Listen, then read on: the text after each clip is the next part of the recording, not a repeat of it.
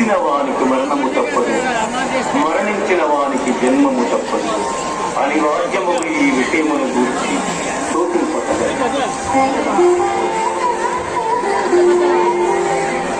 అతో వా ప్రాప్స్యసి స్వర్గం జిత్వా వా భోక్ష్యసి మహీం తస్మాదుత్తిష్ఠ కౌంతేయ యుద్ధాయ కృత నిశ్చయః యుద్ధాయ కృత నిశ్చయః.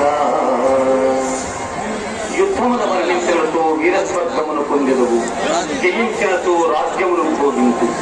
కావున అర్జున యుద్ధమును చేయ కృతనిశ్చయుడవై కర్మణ్యేవా